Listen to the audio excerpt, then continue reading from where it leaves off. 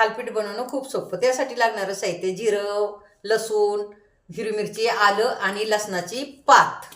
थालीपीठचं वाटण तयार करून घेते आता मी. वाटण तयार आहे आपली. कोथिंबीर घालून आणि त्याच्यात ही लागणारी मेथी आणि आता हे मळून घेते मी.